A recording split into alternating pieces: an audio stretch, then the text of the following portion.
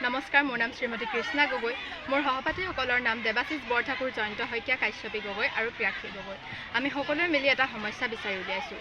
এই সমস্যাটো হৈছে যে কেতিয়াবা আমি বাহিৰত কাপোৰ মেলি থ'লে বৰষুণ দিয়াৰ ফলত কাপোৰবোৰ তিতি যায়।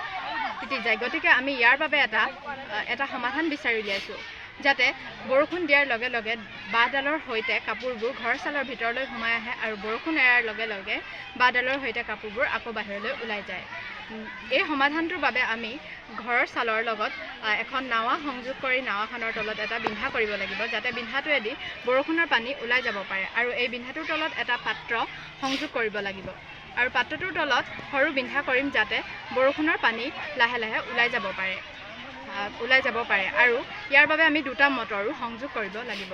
যেতিয়া বৰষুণ দিব, পাত্ৰটোত বৰষুণৰ পানী পৰি পাত্ৰটো গধুৰ হ'লে পাত্ৰটো তললৈ যাব আৰু ইয়াৰ ফলত এটা মটৰ অন হ'ব আৰু বাঁহডালৰ সৈতে কাপোৰবোৰ ঘৰৰ চালৰ ভিতৰলৈ সোমাই যাব। আৰু বৰষুণ এৰাৰ লগে লগে পাত্ৰটোৰ পৰা পানী লাহে লাহে ওলাই শেষ হ'ব আৰু ফলত পাত্ৰটো ওপৰলৈ উঠি যাব। ওপৰলৈ উঠি যোৱাৰ লগে লগে তলৰ দ্বিতীয় মটৰটো অন হ'ব আৰু বাঁহডালৰ সৈতে কাপোৰবোৰ ঘৰৰ বাহিৰলৈ ওলাই আহিব।